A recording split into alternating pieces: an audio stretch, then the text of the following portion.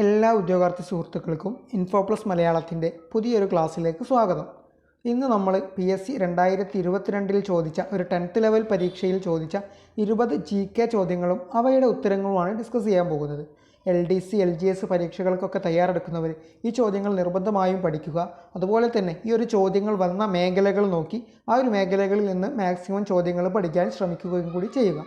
Okay, നമുക്ക് നേരെ ക്ലാസ്സുകളിലേക്ക് കടക്കാം. ഒന്നാമത്തെ ചോദ്യം, COVID-19 തടയുന്നതിൻ്റെ ഭാഗമായി ഇന്ത്യയിൽ ആദ്യമായി കർഫ്യൂ ആരംഭിച്ച സംസ്ഥാനം, കർഫ്യൂ ഏർപ്പെടുത്തിയ സംസ്ഥാനം ഏത്? ഉത്തരമായി വരുന്നത് ഓപ്ഷൻ എ ആണ്, പഞ്ചാബ്. ഉത്തരം ഓപ്ഷൻ എ, പഞ്ചാബ്. അപ്പോൾ COVID-19 തടയുന്നതിൻ്റെ ഭാഗമായി ഇന്ത്യയിൽ ആദ്യമായി കർഫ്യൂ ഏർപ്പെടുത്തിയ സംസ്ഥാനം പഞ്ചാബ്. രണ്ടാമത്തെ ചോദ്യം, മനുഷ്യ ശരീരത്തിലെ രക്തവുമായി ബന്ധപ്പെട്ട ശരിയായ പ്രസ്താവനകൾ തിരഞ്ഞെടുക്കുക എന്നായിരുന്നു. നമുക്ക് സ്റ്റേറ്റ്മെൻറ്റുകൾ വായിക്കാം. ഒന്നാമത്തെ സ്റ്റേറ്റ്മെൻറ്റ്, രക്തകോശങ്ങൾ പ്രധാനമായും 3 തരത്തിൽ കാണപ്പെടുന്നു. രണ്ടാമത്തെ സ്റ്റേറ്റ്മെൻറ്റ്, എറിത്രോസൈറ്റ്സ് എന്നാണ് ശ്വേതരക്താണുക്കൾ അറിയപ്പെടുന്നത്. മൂന്നാമത്തെ സ്റ്റേറ്റ്മെൻറ്റ്, ഹീമോഗ്ലോബിനിൽ അടങ്ങിയിരിക്കുന്ന മൂലകമാണ് ഇരുമ്പ്.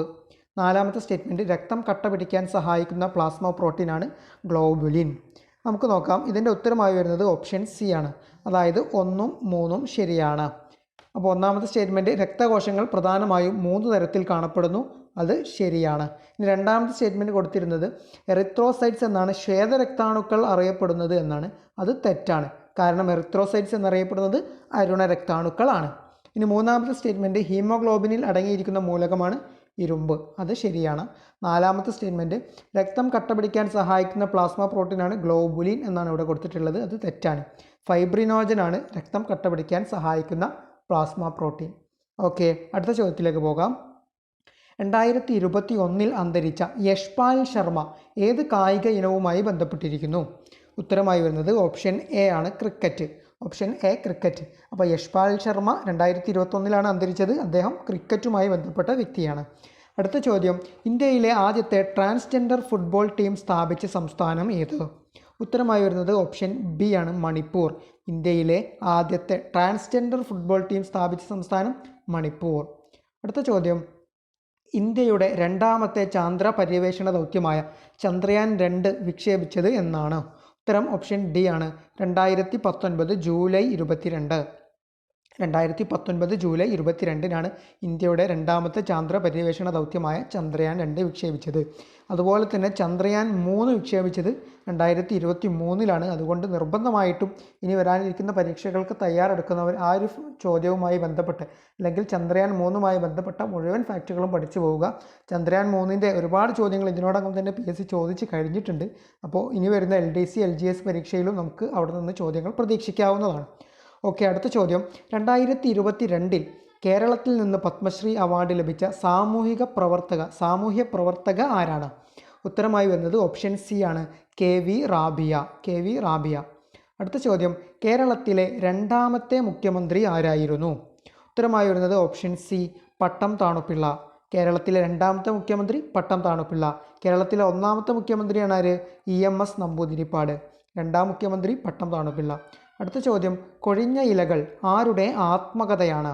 ഇത് ഒരുപാട് തവണ PSC ചോദിച്ചിട്ടുള്ള ഒരു ചോദ്യമാണ്. ഉത്തരം ഓപ്ഷൻ ബി ആണ്, ജോസഫ് മുണ്ടശ്ശേരി. ഉത്തരം ഓപ്ഷൻ ബി, ജോസഫ് മുണ്ടശ്ശേരി. അടുത്ത ചോദ്യം, കേരള പാണിനി എന്നറിയപ്പെടുന്നത്? ഓപ്ഷൻ ബി, AR രാജരാജവർമ്മയാണ്. കേരള പാണിനി എന്നറിയപ്പെടുന്നത് AR രാജരാജവർമ്മ.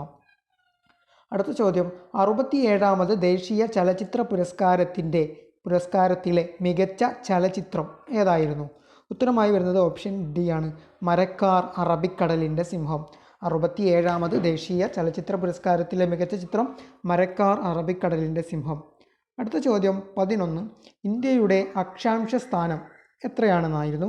ഇവിടെ ഉത്തരമായി വരുന്നത് ഓപ്ഷൻ എ ആണ്, 8,4,37,6.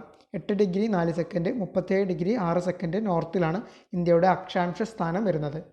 ഓക്കെ, അടുത്ത ചോദ്യം 12, ലഡാക്കിൽ ഏറ്റവും തണുപ്പുള്ള ജനവാസ സ്ഥലം ഏതാണ്? ഉത്തരമായി വരുന്നത് ഓപ്ഷൻ ഡി ആണ്, ദ്രാസ്. ലഡാക്കിൽ ഏറ്റവും തണുപ്പുള്ള ജനവാസ സ്ഥലം ദ്രാസ് ആണ്. ഓക്കെ, അടുത്ത ചോദ്യം, ഇന്ത്യയിലെ ശീതമരുഭൂമി ഏതാണ്? ഇന്ത്യയിലെ ശീതമരുഭൂമി എന്നറിയപ്പെടുന്നത്? ഉത്തരം ഓപ്ഷൻ സി, ലഡാക്ക് ആണ്. ഇന്ത്യയുടെ ശീതമരുഭൂമി എന്നറിയപ്പെടുന്നത് ലഡാക്ക്. അതുപോലെ തന്നെ ലഡാക്കിൽ ഏറ്റവും തണുപ്പുള്ള ജനവാസ സ്ഥലമാണ് ദ്രാസ്. ഓക്കെ, അടുത്ത ചോദ്യം, എവറസ്റ്റ് കൊടുമുടി സ്ഥിതി ചെയ്യുന്ന രാജ്യം ഏത്? ഉത്തരമായി വരുന്നത് ഓപ്ഷൻ സി ആണ്, നേപ്പാൾ. എവറസ്റ്റ് കൊടുമുടി സ്ഥിതി ചെയ്യുന്ന രാജ്യം നേപ്പാൾ. ഇനി ദേശീയ ജലപാത 1 NW1 നാഷണൽ വാട്ടർവേ 1 ബന്ധിപ്പിക്കുന്നത് ഏതൊക്കെ സ്ഥലങ്ങളെയാണ്? ഉത്തരം ഓപ്ഷൻ ബി ആണ്, അലഹബാദ് ടു ഹാൽദിയ. അലഹബാദ് ടു ഹാൽദിയ ആണ് ദേശീയ ജലപാത 1. ഇനി നിങ്ങൾക്കുള്ളൊരു ചോദ്യമാണ്, ഈ ദേശീയ ജലപാത 1 അതായത് നാഷണൽ വാട്ടർവേ 1 ഏത് നദിയിലാണ്? ഏത് നദിയിലാണ്? താഴെ ജസ്റ്റ് ഒന്ന് കമൻറ്റ് ചെയ്യണേ. ദേശീയ ജലപാത 1 ഏത് നദിയിലാണ് സ്ഥിതി ചെയ്യുന്നത്? ഓക്കെ, അടുത്ത ചോദ്യം 16, Visvesvaraya iron and steel works limited സ്ഥിതി ചെയ്യുന്നത് എവിടെ? ഉത്തരമായി വരുന്നത് ഓപ്ഷൻ സി, കർണാടകയിലാണ്. Visvesvaraya iron and steel works limited സ്ഥിതി ചെയ്യുന്നത് കർണാടകയിലാണ്. അടുത്ത ചോദ്യം, ഏതു തരം കൽക്കരിയാണ് തമിഴ്നാട്ടിലെ നെയ്വേലിയിൽ കാണപ്പെടുന്നത്? ഉത്തരമായി വരുന്നത് ഓപ്ഷൻ എ, ലിഗ്നൈറ്റ് ആണ്. അപ്പോൾ തമിഴ്നാട്ടിലാണ് നെയ്വേലി സ്ഥിതി ചെയ്യുന്നത്. അവിടെ ഏത് തരം കൽക്കരിയാണ് കാണപ്പെടുന്നത്? ലിഗ്നൈറ്റിൽ. ഇന്ത്യയിലെ ഏറ്റവും വലിയ കൽക്കരി പാടം സ്ഥിതി ചെയ്യുന്നത് എവിടെയാണ്? ഉത്തരം ഓപ്ഷൻ ഡി, ജാരിയ. ഇത് ഒരുപാട് തവണ PSC ചോദിച്ചിട്ടുള്ളൊരു ചോദ്യമാണ്. ഇന്ത്യയിലെ ഏറ്റവും വലിയ കൽക്കരി പാടം അത് ജാരിയ. അടുത്ത ചോദ്യം 19, ഇന്ത്യയിൽ ആദ്യമായി പെട്രോളിയം ഖനനം ചെയ്തത് എവിടെയാണ്? ഉത്തരമായി വരുന്നത് ഓപ്ഷൻ സി, ദിഗ്ബോയ്. ഇന്ത്യയിൽ ആദ്യമായി പെട്രോളിയം ഖനനം ചെയ്തത് എവിടെയാണ്? ദിഗ്ബോയ്. അടുത്ത ചോദ്യം 20, കൊങ്കൺ റെയിൽവേ ബന്ധിപ്പിക്കുന്നത് എവിടെ? ഏതൊക്കെ സ്ഥലങ്ങളെ തമ്മിലാണ്? ഉത്തരമായി വരുന്നത് ഓപ്ഷൻ ബി, റോഹ മുതൽ മംഗലാപുരം വരെ. അപ്പോൾ കൊങ്കൺ റെയിൽവേ ബന്ധിപ്പിക്കുന്നത് റോഹ മുതൽ മംഗലാപുരം വരെ. ഓക്കെ, അപ്പോൾ ഇന്നത്തെ ദിവസത്തെ 20 ചോദ്യങ്ങൾ നമ്മൾ ഡിസ്കസ് ചെയ്ത് കഴിഞ്ഞു. ഇതുപോലെ എല്ലാ ദിവസവും ഒരു 20ഓ 25ഓ ചോദ്യങ്ങൾ ഡിസ്കസ് ചെയ്യുന്ന, പ്രീവിയസ് ചോദ്യങ്ങൾ മാത്രം ഡിസ്കസ് ചെയ്യുന്ന എപ്പിസോഡുകൾ നമ്മുടെ ചാനലിൽ ആരംഭിക്കാൻ ആഗ്രഹിക്കുന്നുണ്ട്.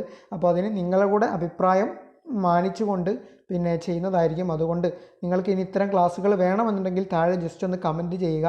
അതുപോലെ തന്നെ ഈ ചാനൽ ആദ്യമായിട്ട് കാണുന്നതെങ്കിൽ ജസ്റ്റ് ഒന്ന് സബ്സ്ക്രൈബ് ചെയ്ത് സപ്പോർട്ട് ചെയ്യുക. അതുപോലെ നിങ്ങളുടെ എല്ലാ കൂട്ടുകാരിലേക്കും നമ്മുടെ ചാനൽ ഒന്ന് ഷെയർ ചെയ്ത് കൊടുക്കുകയും ചെയ്യുക. അപ്പോൾ എല്ലാ ഉദ്യോഗാർത്ഥികളും നല്ല രൂപത്തിൽ തന്നെ പഠനം മുന്നോട്ട് കൊണ്ടുപോവുക. എല്ലാവർക്കും വിജയാശംസകൾ. Thank you.